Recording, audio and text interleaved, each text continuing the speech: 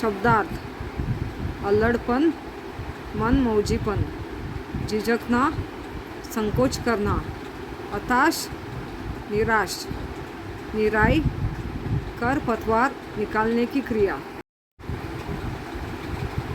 सुनो, समझो और उत्तर लिखो। रामदीन परेशान क्यों था?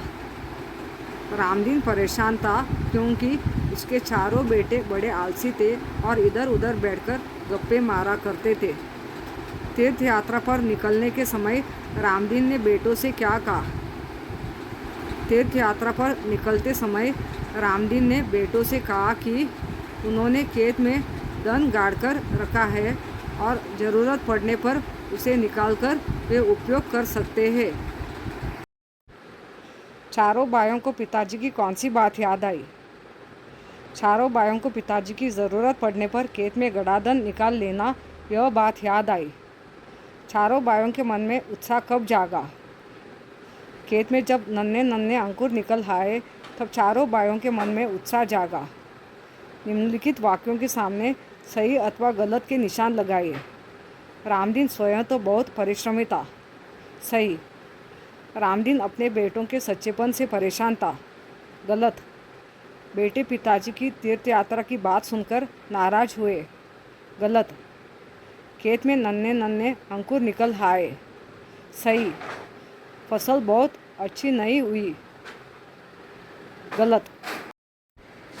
किसने किससे कहा? हम दूर तीर्थ यात्रा पर जा रहे हैं। रामदीन ने अपने बेटों से कहा, तुम सब थके हुए क्यों हो?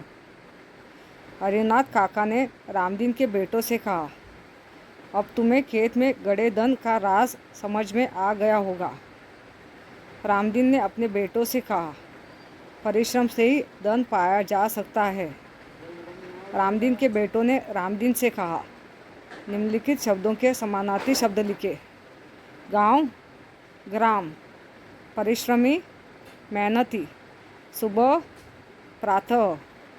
निम्नलिखित शब्दों के विलोम शब्द लिखे।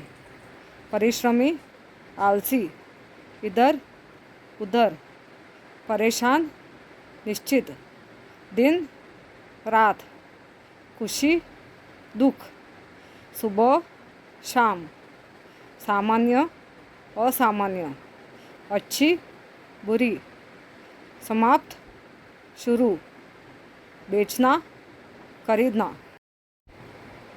लिंग बदलिए। बेटा बेटी, माता पिता, भाई बहन, बूढ़ा बूढ़ी। वचन बदलिए। बेटा बेटे, बूढ़ा बूढ़े, फसल फसलें,